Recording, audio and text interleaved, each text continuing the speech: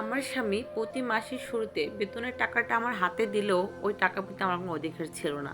ওই টাকা থেকে আমি একটা টাকা কখনো খরচা করতে পারতাম না। আমার যা লাগতো সব উনি এনে দিত।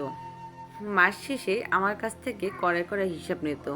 এসব নিয়ে আমার কখনো মাথা ব্যথা ছিল না, কারণ এই সমাজে চোখ থাকিতে অন্ধ হতে হয় আর মুখ থাকিতে বোবা হতে হয়, তাহলেই তুমি সবার কাছে ভালো থাকতে পারবে। কাল রাতে ছোটো ভাই ফোন দিয়ে বলে, আপু 1,000 টাকা দিতে পারিস, কলেজে ভর্তির জন্য লাগবে।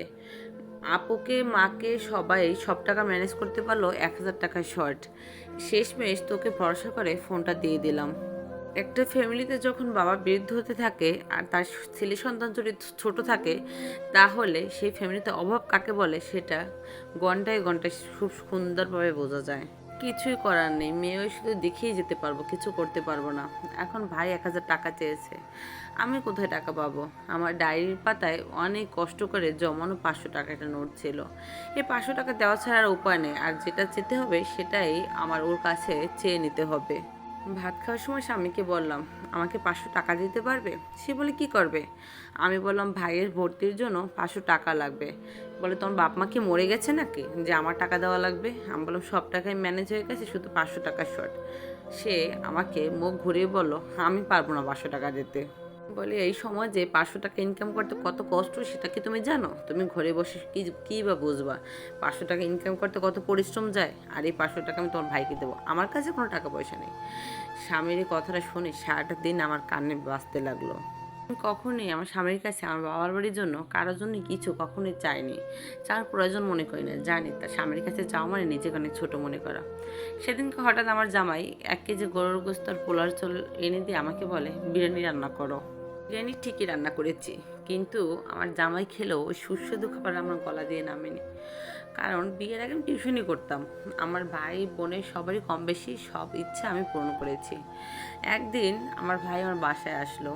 সে ভাবছিল হয়তো বিয়ের আগের মধ্যে আমার বোন আমার এই শখটা পূরণ করবে, কিন্তু বিয়ের পর যে আর বোনের আর কোনো কিছুই করার থাকে না, সে থাকে পরের অধীনে।